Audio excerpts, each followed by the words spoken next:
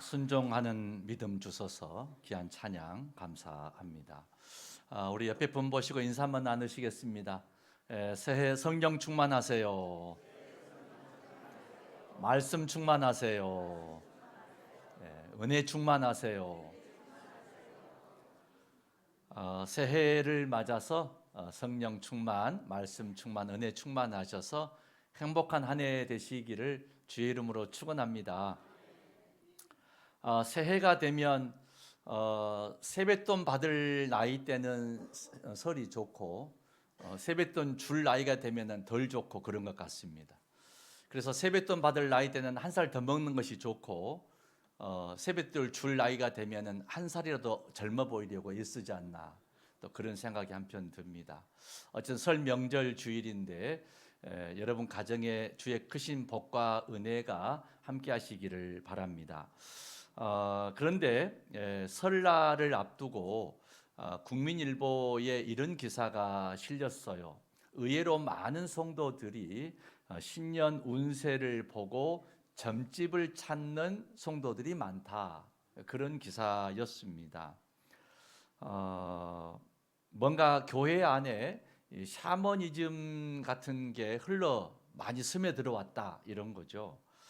하나님을 섬길 때 내가 어떻게 예수님의 성품을 닮아가고 하나님이 기뻐하는 삶을 살까, 여기에 마음이 깊이 있어야 되는데, 그런 마음보다는 하나님을 일종의 축복의 자판기처럼 여기고 이렇게 하나님을 믿으면 내가 원할 때마다 복이 온다, 이렇게만 예수 믿는 것 아니냐, 이거 잘못된 기복신앙이다, 이런 이야기입니다.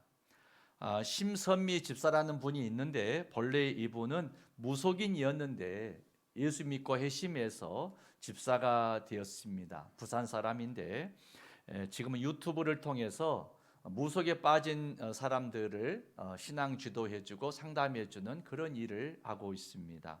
2018년 이분이 기독교의 한 TV에 출연해서 인터뷰를 했는데 그때 이런 이야기를 합니다.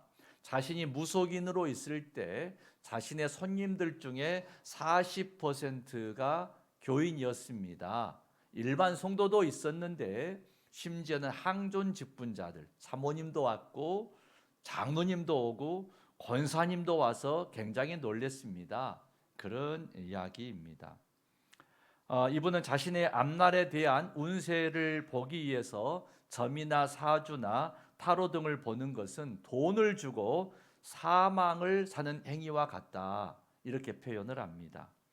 2023년 기독교 사회 문제 연구원이 있는데 여기에서 전국의 만 19세에서 34세의 개신교인 남녀 1000명을 대상으로 기독청년 인식조사를 했습니다.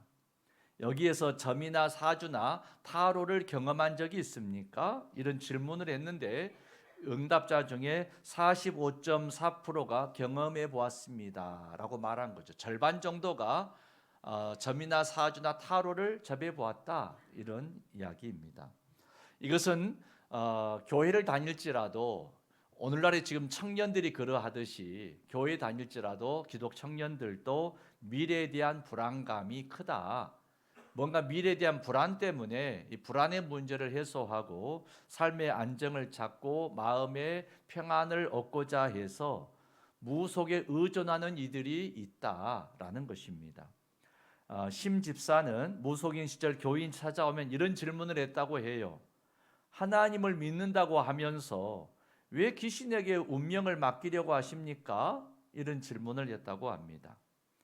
왜냐하면 무속에 의존한다는 것은 하나님에 대한 불신이 있는 것이고 신앙의 모순이 아니냐, 그런 질문인 거죠. 교인들이 무속인을 찾는 그 이유가 크게 세 가지였는데 이런 부탁을 많이 했다는 거예요. 첫째는 미래에 대한 불안 해소, 두 번째는 가족의 건강 문제, 세 번째가 자녀 문제, 이런 이야기였다고 합니다. 모두가 대부분 한치 앞을 내다보지 못하는 미래와 관련된 불안함이 있고 삶에 대한 고민이 커서 찾아온 것이 아니겠느냐 하는 것입니다. 십계명 가운데 제1계명이 무엇입니까? 나 외에 다른 신을 섬기지 말라 하는 것이죠. 우상 숭배하는 것은 생각에서부터 시작되는 것입니다. 생각이 마음으로, 마음이 행동으로 옮겨지잖아요. 그래서 하나님 외에 다른 어떤 존재에게 내 삶의 문제, 미래에 대한 불안의 문제, 무언가를 의존하고 물으려고 하는 그 생각 자체에서부터 이미 악한 영이 우상 숭배가 찾아오고 시작되었다. 그런 이야기입니다.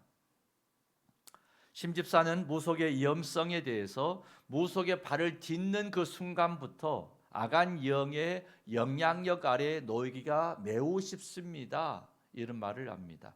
점을 보고 싶다 하는 생각을 갖는 순간에 이미 악한 영의 존재를 인정하고 있는 것이고, 그런 악한 영의 존재가 자신의 삶을 지배하고 다스리도록 불러들이게 된다. 이게 매우 위험한 일이다 하는 것을 강조합니다. 그런 점에서 재미로 보는 사주나 타로 같은 것이라도 마찬가지라고 합니다. 결국 무속은 악한 영에게서 나오기 때문에 이런 무속 행위는 하나님을 모욕 주는 일이라는 것입니다. 기독교인은 하나님을 믿는 사람들로서 자신의 사주팔자에 근심하지 말고 창조주 하나님을 믿고 당당한 삶을 살아야 할 줄로 믿습니다. 지금 당장 삶이 뭔가 좀 불안하고 좀 힘들고 내 앞이 어찌 될까 하는 그런 조바심 나는 마음이 있어도 하나님을 전적으로 의지하시기를 바랍니다.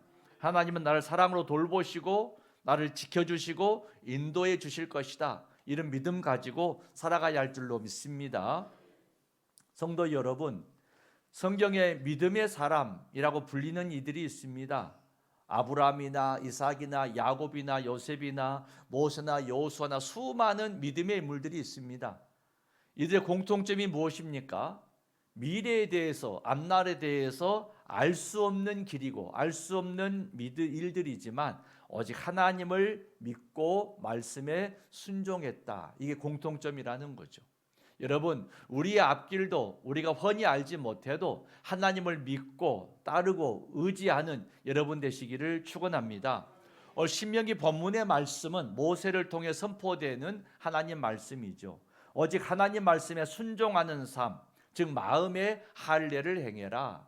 육체의 할례가 아니라 너희의 마음의 할례를 하는 것, 그게 바로 하나님 말씀과 규례에 순종하는 것이다 라는 것입니다. 구약 성경 신명기서 이후에 나오는 책들이 있잖아요. 여호수아, 사사기, 룻기, 사무엘상하, 열왕기상하, 이 7권의 책을 일컬어서 신명기적 역사서라고 부르죠. 신명기적 역사서의 특징은 하나님의 구원하심이 있었고, 처음에는 감사하다가 곧 감사를 잃어버리고 또다시 하나님의 품을 떠나서 우상 숭배하고 배반하는 것이죠. 하나님이 이들을 깨닫고 돌이키게 하기 위해서 심판하십니다. 그럼 심판이 너무나 고되고 쓰고 힘들어서 통곡하고 회개하고 다시 하나님의 구원을 요청하면 하나님이 구원의 손길을 내밀어서 다시 구원해 주세요. 이 역사적인 수레바퀴가 계속해서 반복된다는 것입니다. 구원, 배반, 심판, 회개, 다시 또 구원, 배반, 심판, 회개, 이게 계속 역사적으로 반복한다는 것이죠. 너희가 왜 하나님의 심판 아래에 놓이려고 하느냐? 하나님께 항상 감사하고 항상 찬송하고 믿음으로 살아라, 그런 것이죠. 성도 여러분, 새해 설날을 맞았는데 새해를 신년이라고 그러잖아요. 신자가 무슨 신자예요? 맨 위에 설립자를 쓰잖아요. 나무 위에 사람이 서 있는 거예요. 근데 그 옆에 도끼가 있는 그림이 상징적인 그림이 신자거든요. 그러니까 참으로 세례 요한이 회개하라, 회개치 아니하고 결실하지 않는 나무마다 그 나무 뿌리에 이미 도끼가 놓여져 있다, 이게 선포되는 말씀이잖아요. 신년이라는 것은 하나님 말씀에 회개하고 다시 내 마음을 새롭게 하는 것이 신년이라는 거예요. 새 설날을 맞아서 다시 한번 내 마음을 새롭게 하고 오직 하나님의 말씀에 순종 잘하기로 결단하는 여러분 되시기를 주의 이름으로 축원합니다. 왜 이스라엘 백성은 하나님의 사랑과 인도하심을 통해서 출애굽을 하고 노예 생활에서 자유인이 되었잖아요. 뿐만 아니라 광야에서 기적 같은 은혜를 체험하고 하나님의 도우심을 얼마나 많이 입었습니까? 그런데 왜 그렇게 불평하고 불만하고 하나님 말씀에 불순종할까? 이게 우리가 신명기적 역사서를 읽을 때마다 공통적으로 느끼는 점들이잖아요. 왜 이들은 하나님의 놀라운 사랑을 체험하고서도 하나님을 부인하고 우상 숭배하고 또다시 우상 앞에 절하고 그렇게 살아갈까? 이게 안타까운 마음인 거죠. 오늘 본문의 말씀이 뭐예요? 모세가 모압 광야에서 출애굽 2세대에게 이제 마지막 가나안의 진입에 들어가기 직전에 마지막 남기는 유언의 말씀, 마지막 당부의 말씀이 오늘 본문의 이야기인 거죠. 백성들아, 이제 너희가 요단강을 건너서 가나안에 들어갈 터인데 가나안에 들어가면 너희는 반드시 하나님 말씀을 잘 듣고 순종해야 한다. 그것이 너희가 행복하게 사는 비결이야. 이게 오늘 본문의 핵심 이야기인 것입니다. 본문의 13절 말씀, 13절 같이 크게 봉독하십시다. 내가 오늘 내 행복을 위하여 내게 명하는 여호와의 명령과 규례를 지킬 것이 아니냐. 아멘. 행복을 말할 때 한자로, 이 행자는 다행행자잖아요. 이 다행자를 알 필요가 있습니다. 이 다행행자 맨 위에 한일자가 있는데 이 한일자가 빠져버리면 매울 신자가 돼요. 신라면에 신자 맵다 이게 됩니다. 행복하다 할 때 행복에 하나가 빠져버리면, 뭔가 하나가 빠져버리면 모자라게 되면은 인생은 맵고 혹독한 고생을 겪게 된다, 이런 이야기인데, 왜 우리 인생에 혹독한 그런 매운 그런 인생을 경험하게 되는가 돌아보라는 것입니다. 내 삶에 뭔가 한 가지가 빠진 건 없느냐. 오늘 성경 말씀은 너희는 하나님의 규례와 명령에 순종하는 것, 그 한 가지를 빠지지 않도록 해라. 그것이 행복한 삶을 사는 비결이다 하는 말씀인 거죠. 성도 여러분, 모세가 이스라엘 백성들에게 가나안에 들어가거든 오직 하나님의 말씀, 여호와의 명령과 규례 여기에 잘 지키고 순종해라. 이 한 가지가 빠지지 않으면 너희는 그 땅에서 장구하게 복을 누릴 것이다. 생명을 누릴 것이다. 그러나 불순종하고 하나님의 명령한 규례를 빠뜨려 버리면 너희는 그 땅에서 내쳐질 것이고 포로 생활할 것이고 고통 가운데 놓일 것이다. 이 말씀을 반복해서 강조합니다. 본문의 17절의 말씀, 17절 같이 봉독합시다. 너희의 하나님 여호와는 신 가운데 신이시며 주 가운데 주시며 크고 능하시며 두려우신 하나님이시라. 사람을 예물로 보지 아니하시며 뇌물을 받지 아니하시고. 아멘. 여호와는 신 가운데 신이고 주 가운데 주시고 크고 능하시고 두려우신 하나님이라고 강조합니다. 오직 여호와 하나님만을 섬기라고 강조하고 또 강조합니다. 그런데도 백성들이 가나안에 살면서 그토록 쉽게 빨리 우상 숭배로 빠져버리거든요. 왜 그랬을까요? 마치 이런 말이 있잖아요. 로마에 가면 로마법을 따르라 하듯이 가나안에 간 다음에는 이제 가나안에 생활할 때에는 가나안의 신을 섬겨야 하지 않겠느냐? 이렇게 우상 숭배에 빠져버렸다는 거예요. 이처럼 우리들도 그런 영향이 있다는 것입니다. 가나안 땅에는 가나안의 우상 숭배가 영향이 있다는 거죠. 여러분, 서양 사람들이 예수 믿고 신앙생활하는 것하고 우리가 예수 믿고 신앙 출발한 건 좀 달라요. 새 학기가 되는데 독일은 새 학기 학교 첫 수업하기 전에 모든 학생들이 1학년 첫 학교 입학하기 전에 천주교든 개신교든 지역별로 교회를 정해서 통지문을 보내고 그 지역 안에 있는 초등학교 1학년들이 학교 입학식 전에 다 그 교회에 모인다고 그래요. 학부모와 아이들이 그곳에서 예배를 드리고 축복을 받는다고 합니다. 그리고 나서 학교에 입학식하러 가는 거예요. 우리는 그런 게 없잖아요. 우리의 문화는 달라요. 우리의 문화 속에는 무속적인 신앙, 민간 신앙, 이런 샤머니즘적인 신앙의 영향 속에 우리가 살아왔고 그 속에 예수 믿는다는 것이거든요. 한 나이 많이 드신 남자분이 예수 영접하고 신앙생활을 하게 돼서 목사님이 신방 갔다고 하잖아요. 그분이 예수를 잘 믿기를 마음먹고 열심히 신앙생활하는데 목사님이 가보니까 방 한켠에 상을 펴놓고 정화수를 떠놓고 손으로 싹싹 빌면서 예수의 이름으로 기도하고 있더래요. 풍자적인 이야기 같지만 우리는 그런 미신적인 우상 숭배의 영향들이 우리 교회를 다녀도 미칠 수 있어요, 없어요? 있다는 거예요. 우리 주변에 예수 안 믿는 사람들이 전보로 다니고 무당을 불러 구슬을 하고 사주를 보고 토정비결을 보고 운세를 점치고 그런 영향들이 우리 생활 속에 있다는 거예요. 신문들 중에서도 오늘의 운세를 말하는 신문들이 꽤 있잖아요. 어떤 식이든 우리 삶의 주변에 그런 영향이 있다는 것입니다. 제가 목회에 간증하는 것은 아무리 제가 경험한 이야기를 하다 보니까 반복될 수 있는데 이해하시고요. 제가 장흥에서 목회할 때 60대 초반에 한 여성도가 이제 예수를 믿게 됐거든요. 그런데 그분 아파트의 문을 열면 바로 맞은편 아파트 집에 무당이 살았어요. 그 영향을 많이 받아요, 이분이. 한 번은 교회 안 나와서 신방 갔더니 눈병이 나와서 안 왔대요. 그래서 왜 눈병이 왔어요? 그랬더니 그 무당이 와서 말하기를 벽에 못을 잘못 쳐가지고 눈병이 왔다고. 그래서 자라 그림 붙여야 된다고 했대요. 그래서 아니 내 집에 벽에 못도 만들어 못 박냐고. 그 내가 기도해 줄 테니 걱정하지 마시고 안가에 가서 약 놓고 다 나은다 걱정하지 말라고. 할렐루야. 그분 집에 가서 수많은 부적들을 제가 다 떼내고 조상신 섬기는 단지도 가지고 가서 제가 다 버려버리고 씻어가지고 제가 썼거든요.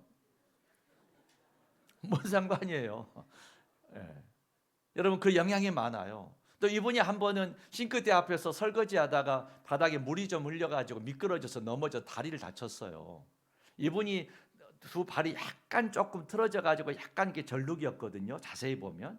근데 이분이 병원에 가서 있는데 또 무당이 와가지고 교회 다녀서 그렇다고 했대요. 그래서 제가 예수 이름으로 담대하게 기도해드리고 더 좋아질 거라고 기도하고 왔거든요. 그 다음번에 신방 갔더니 이런 말을 해요. 목사님 제가 정밀 검사를 했는데 의사가 왜 이렇게 사셨냐고 진즉 오셨으면 그 무릎 관절뼈를 조금만 수술해 버리면 똑같이 맞춰가지고 잘 살 텐데 이번 기회에 잘 됐다고 이번 수술할 때 다 맞춰버릴 테니까 이제는 잘 살게 될 거라고 편할 거라고. 할렐루야. 절제 않고 잘 살고 있어요. 예수 잘 믿으면 주의 말씀에 순종하면 화가 변하여 축복이 될 줄로 믿습니다. 제가 오래전에 신앙계란 책을 읽었는데 동국대학교 동양철학과를 나오신 분이 이렇게 철학관을 열어가지고 사람들의 사주를 잘 보았답니다. 용하게 잘 맞췄대요. 근데 한 번은 사주를 봤는데 이 사람 분명히 이미 죽었어야 될 사람인데 잘 살고 있어서 왜 그럴까 조심스럽게 뒤따라가 보니까 그 집 대문에가 교회에 다니다는 팻말이 붙었더래요. 이런 일을 두세 번 겪고 나서 야 예수 대장 귀신이 최고구나. 그래서 그 다 때려치우고 교회 다녔답니다. 이분이 장로님 되셔가지고 신앙 간증한 거예요.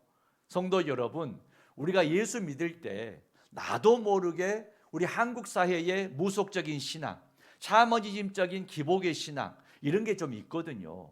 교회를 다니긴 다녀도 나도 모르게 예수의 이름으로 큰 칼로 찔러주시고 장칼로 찔러주시고 이렇게 기도할 수도 있다니까요. 그러니까 영향이 있다는 거예요. 기독교인들도. 여러분 바른 신앙, 바른 믿음 가지고 예수를 믿어야 할 줄로 믿습니다. 따라합시다. 바른 믿음, 바른 신앙으로 예수 믿읍시다. 그게 뭐예요? 우리 삶에 한 가지를 꼭 더해야 되는데 하나님 말씀에 순종하는 신앙을 갖자 이거예요. 따라합시다. 나 외에는 다른 신을 섬기지 말라. 여러분 이 말씀에 순종하는 이 하나를 꼭 더하시기를 주의 이름으로 축원합니다. 우리가 뭔가를 순종하지 못하는 것은 뭔가 하나님을 온전하게 믿지를 못하고 뭔가 한 구석에 불신이 있다는 것이거든요. 여러분 온전하게 믿지 못하면 온전히 따를 수가 없어요. 그리고 온전하게 사랑할 수 없어요. 온전한 천국의 소망도 없는 거예요. 믿음, 소망, 사랑은 분리되어 있지 않아요. 하나로 묶어져 있습니다. 바른 믿음, 바른 신앙으로 하나님을 온전히 믿어야 온전한 사랑이 가능하고 온전하게 천국도 믿게 되는 줄로 믿습니다. 여러분 바른 믿음, 바른 신앙은 그런 거예요. 하나님만을 온전하게 믿으세요. 그러면 참된 사랑이 흘려 들어오고 천국에 대한 소망도 의심 없이 받아들여질 줄로 믿습니다. 내 삶에 뭔가 맵고 두렵고 떨리고 불안한 뭔가가 있다는 것은 내 삶 속에 아직 뭔가 한 가지가 부족한 것인데, 하나님의 말씀, 하나님의 명령과 규례에 온전하게 순종하지 못하는 믿음 한 가지가 부족한 것입니다. 순종 한 가지가 부족한 것입니다. 여러분, 새해를 맞아서 나 외에 다른 신을 섬기지 말라, 첫 번째 계명을 마음에 굳세게 새기고, 이게 마음의 할례라고 했지 않습니까? 마음에 굳게 새기고 이 말씀 따라 하나님만을 온전히 믿는 여러분 모두 되시기를 주의 이름으로 축원합니다. 무디가 그런 말을 했습니다. 신앙은 섭취하는 힘이 많고, 겸손은 보관하는 힘이 많고, 사랑은 이 일을 가장 많이 하게 한다 그랬거든요. 십자가 죽음 앞둔 예수님 앞에 옥합을 깨인 여인이 있었죠. 값비싼 옥합을 깨뜨려서 주님의 발에 부어드리고 자기의 머리칼로 닦아드리는 헌신을 하잖아요. 놀라운 사랑을 보이잖아요. 근데 주님이 뭐라 하십니까? 받은 은혜가 크기 때문이다. 따라합시다. 받은 은혜가 크기 때문이다. 예수님의 사랑, 받은 은혜가 크면 클수록 아낌없이 나도 사랑할 수 있고 옥합을 깨뜨려 줄 수 있다는 거죠. 제 아내를 보니까 피곤해가지고 허리 아프다고 누워있다가 아들이 온다면 갑자기 어디서 힘이 나는지 냉장고 문을 열고 나도 안 해주는 무엇을 별것을 다 해놓고 진수성찬을 차려놉니다. 그래서 제가 기도할 때만 하나님 아버지, 아들이 자주 와서 잘 먹게 하여 주시옵소서. 내가 풍자적으로 기도합니다. 어머니의 사랑이 그런 것 같아요. 여러분 다 그렇지 않아요? 지금 설날에 자식 온다고 하면은 뭐 아프던 몸이 어디 있어요? 새 힘이 난다니까요. 아낌없이 헌신하고 아낌없이 내어주고 싶고, 이게 부모의 사랑 아니겠습니까? 그겁니다. 사랑하면 아낌없이 드리고 싶은 거예요. 헌신하고 싶은 거예요. 우리가 교회 나와서 명절 주간이지만은 이렇게 예배 드리는 거 주님을 사랑하기 때문에 나온 줄로 믿습니다. 주님을 사랑하기 때문에 드려도 아깝지 않고 헌신해도 기쁘고 주님을 사랑하기 때문이죠.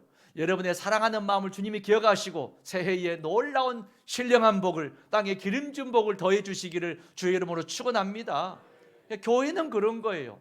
하나님을 너무나 사랑하기 때문에 우리가 교회를 사랑하는 이 모습은 눈에 보이지 않는 하나님을 사랑하는 표현인 줄로 믿습니다. 가정도 그렇죠. 가정도 서로 주장하는 자세가 아니라 서로 사랑하기 때문에 먼저 내어주고 누군가 이렇게 아낌없이 섬겨주기 때문에 가정에 사랑이 넘치게 되는 것입니다. 설날 이 명절을 맞아서 가정을 위해서 서로 양보하고 내어주고 섬겨줌으로 여러분의 가정에 사랑이 넘치고 행복한 가정이 다 되시기를 주의 이름으로 축원합니다. 축원합니다. 따라합시다. 가정에서 내 주장하지 말자. 나만 따르라. 그런 말 하지 말고 섬기겠나이다. 아멘. 가정에 주장하면요 시끄러워요. 섬기면 행복이 넘칩니다. 이게 사랑이죠. 주님은 우리에게 사랑을 가르치십니다. 본문에 18절, 19절 같이 봉독하십시다. 시작. 고아와 가부를 위하여 정의를 행하시며 나그네를 사랑하여 그에게 떡과 옷을 주시나니 너희는 나그네를 사랑하라. 전에 너희도 애굽 땅에서 나그네 되었음이니라. 아멘. 설 명절 맞아서 우리 주변의 어려운 이웃들 한번 돌아보시기를 바랍니다. 성경의 가르침처럼 갈라디아서 말씀처럼 너희가 어려운 이웃을 돌볼 때 먼저 믿는 자에게 그리하라 그랬잖아요. 여러분 어려운 이웃을 돌보는 것도 우선순위가 있어요. 우선순위. 가까이서부터 돌봐주는 거죠. 여러분 가정을 돌봐주시고 이웃을 돌보고 성도를 돌보고 여러분 이렇게 사랑으로 섬기시기를 축원합니다. 교회도 똑같아요. 어려운 이웃을 돌봐야죠.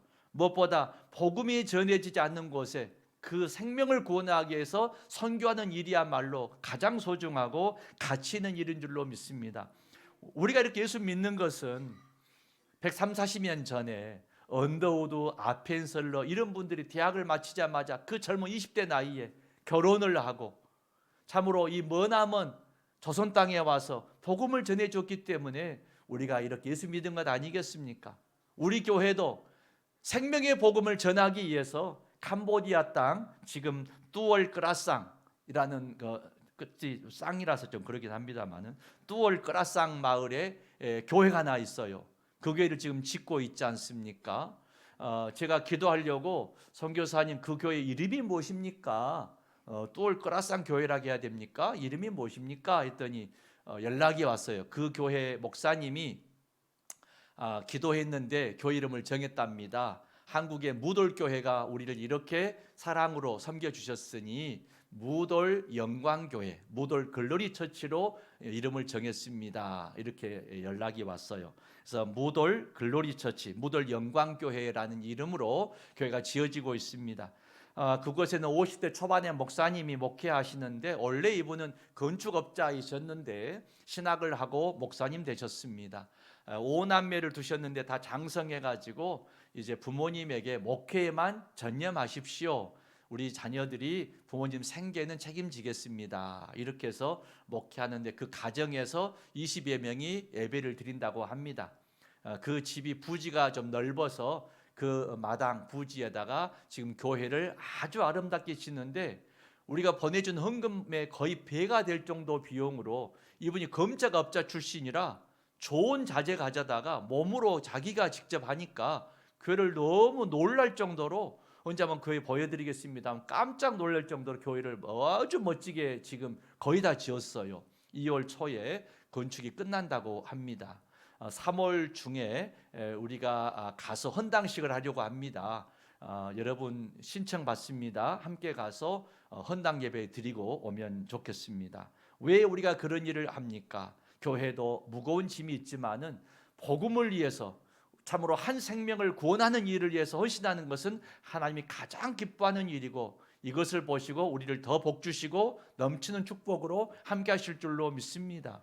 저는 그동안에 교회 건축을 여러 번 했지 않습니까? 실은 그때마다 교회 건축을 회에다 많이 했습니다. 중국에도 2개, 이스라엘 갈릴리에도 하나, 캄보디아, 필리핀에 여러 곳에 교회를 많이 지었습니다. 그런데 놀랍게도 하나님께서는 교회를 더 부흥시켜 주셨고 넘치는 복을 부어 주셨습니다. 우리가 이제 헌당하고 나면 넘치는 놀라운 복을 체험하게 될 줄로 믿습니다. 성도 여러분, 하나님의 명령과 규례에 순종하는 삶, 영혼을 살리기 위해서 선교하는 교회는 하나님 명령에 순종하는 것입니다. 우리는 한치 앞을 내다보지 못합니다. 그래 미래는 항상 누구나 불안합니다. 그러나 이런 무속신앙, 우상 숭배하는 것은 단호하게 거절하고 여호와만을 경외하십시다. 하나님의 말씀과 계명에 온전하게 순종하십시다. 우리 삶에 이 한 가지가 꼭 더해져야 합니다. 그럴 때 행복한 신앙이 되고 행복한 삶이 될 줄로 믿습니다. 올 한 해도 하나님 말씀에 순종함으로 주의 크신 복이 차고 넘치시기를 주의 이름으로 축원합니다. 할렐루야. 은혜로우신 아버지 하나님, 오직 여호와만을 섬기는 주의 말씀에 순종하는 삶을 통하여서 저희의 가정이 복되게 하여 주시옵시고 축복의 통로가 되는 삶들이 다 되게 하여 주시옵소서. 예수님 이름으로 기도 올리옵나이다. 아멘.